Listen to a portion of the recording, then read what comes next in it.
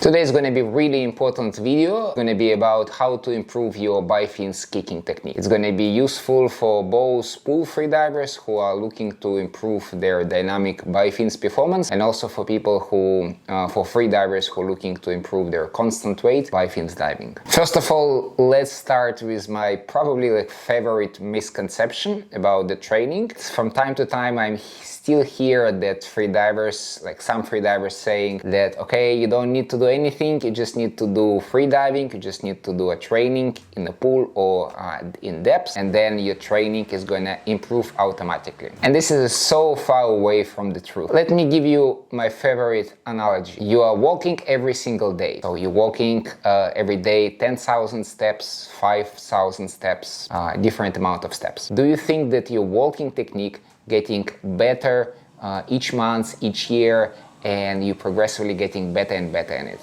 Probably not. Probably your walking technique is exactly the same how it was 5 years ago. Yes, if you're gonna walk a lot, then your muscles gonna get stronger, you're gonna have a better endurance, it's gonna be good for your health, but the technique is not gonna change that much. Same for freediving. If you do freediving, let's say in the pool, if you do dynamic apnea training regularly, then yes, your CO2 tolerance is gonna get better, your low oxygen tolerance probably gonna get better, your high lactic tolerance is probably gonna get better as well, but your technique is probably not. Probably is gonna be the same technique. So the goal of this video is to share my opinion how you can improve your BiFins kicking, not only in the water. This is going to be the last part of the video, but mainly on land. And so first of all, I think it is useful to understand which muscles you use for the BiFins kicking. So you can divide your BiFins kicking technique into two parts. If you're thinking about dynamic apnea, you can call one part is a downbeat kick, and another part is upbeat. So downbeat is obviously when your leg moving down, and upbeat it is when your leg is moving up. If you're thinking about constant weight, then downbeat is going to be same as a forward kick, and upbeat is going to be same as a backward kick. So if you're thinking about downbeat kicking, then it starts with hip flexors and followed by contractions of your quadriceps. So mistakes is going to be start with a quadriceps contraction. This is going to be a mistake. So you need to first include your hip flexors, and only last part of your of this part of the kick is going to be quadriceps extension. And upbeat part of the kick starts with the glutes muscles and only at the end followed by hamstring contraction. Okay, now the question how we can improve both of these parts. What I recommend usually for our freedivers at Kaizen Freediving, our school Kaizen Freediving is on Koh Tao, Thailand. If you ever gonna be on Koh Tao, feel free to visit our school. So what I usually recommend our beginner freedivers to start with, it is a couple of exercises which doesn't require any additional equipment. So exercise number one, you can stand on all four on your arms and on your knee, and then you can move one leg up and down, focusing on glutes contraction. With this exercise, you're going to work on the upbeat part of the kick. Throughout the whole motion, make sure that your feet stay pointed and make sure you're not arching your lower back. Make sure that amplitude is not that high, so it's relatively like a small movement.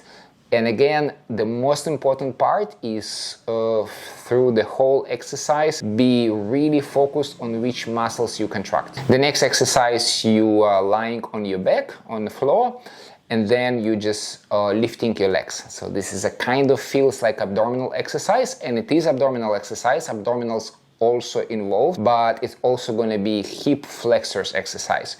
Your quadriceps is not like a contracting, but they're gonna stay tight. Same as the previous exercise, your feet need to be pointed through the whole exercise. These two exercises are really nice, solid foundation for understanding two things. First of all, that your feet need to be pointed all the way, whether you're doing upbeat or downbeat. And the second, it is start this movement with the correct muscles activation. So for example, first hip flexors and only later it's going to be quadriceps, or first glutes and only later hamstrings. After a while practicing this exercise, then you start also include some exercise with the rubber bands. However, I would highly recommend be careful with creating any resistance, because rubber bands is gonna create some resistance, which is good for strengthening appropriate muscles, but make sure that you're choosing the rubber bands with the minimum resistance, absolute minimum resistance.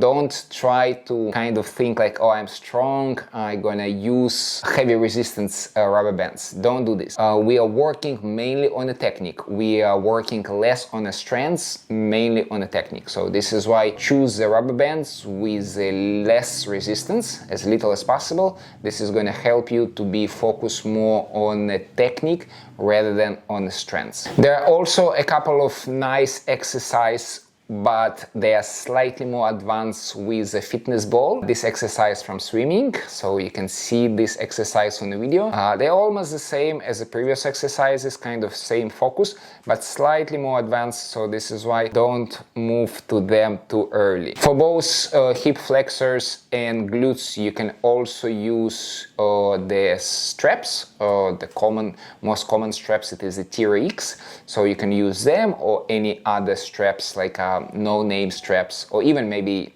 self-made straps. So after this part is over, then you can also include some technical exercise in the pool, and these exercises not gonna include breath holding. So this is why the good news that you can do them alone. You don't need to have a safety partner, because it's going to be, like I said, no breath holding. Number one, it is a swimming on the surface. You can swim on your back, you can swim with your face in the water, and you can swim on your side. So let's talk about all these three different swimming. When you're swimming on your back, what I want you to focus is a few things. First of all, keep your hips as close to the surface as possible. Second, make sure your knee is not breaking the surface. And third, try to bring your fins as close as possible to the surface. One more time, three things. Number one, bring your hips as close to the surface as possible. Number two, make sure your knee doesn't break the surface. And number three, try to bring your fins as close to the surface. Another exercise is swimming on your side. In this exercise, make sure you're not coming closer to the wall, and make sure you're not swimming away from the wall.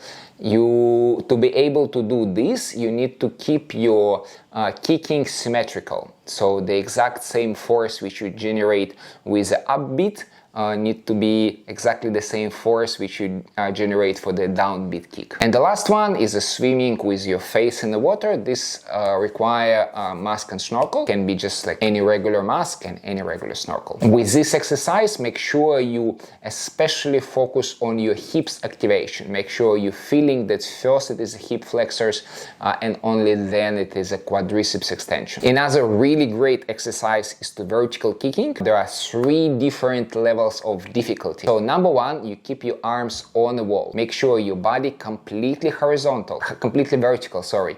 This is really, really important. Make sure your body is not like this. Make sure it's completely vertical. When your body completely vertical, this is going to be easiest version. So again, just focus on the correct muscles activation.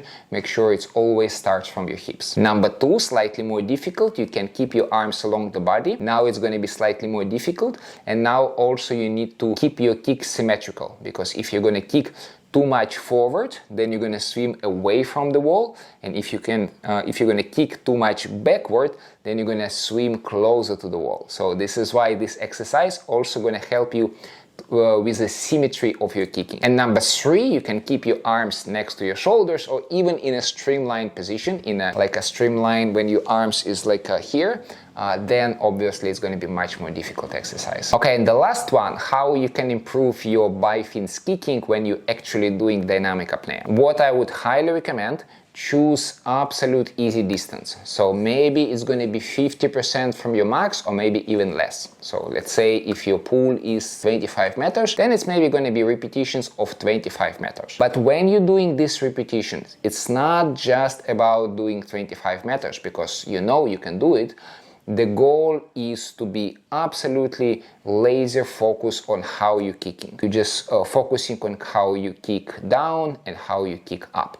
For this reason, I would highly recommend, as I said, choose a really easy distance, because if the distance is going to include even light arch to breathe, then it's going to be much more difficult to focusing on the technique. So this is why be humble, choose really easy distance. Yes, maybe you want to show that you can do more than that, but now it's not about showing off, it's about focusing on the technique. Have a laser focus on how your hips moving, what is the position of your feet, etc, etc. For this exercise, I would highly recommend to use underwater camera if you have a training partner, and you should have a training partner for this exercise because it's going to be underwater swimming with a breath holding, and we never train alone, as you know. So for this one, it's going to be really nice if you film each other and later you can watch and analyze your technique. This is going to be so helpful to see your technique from the side. So guys, this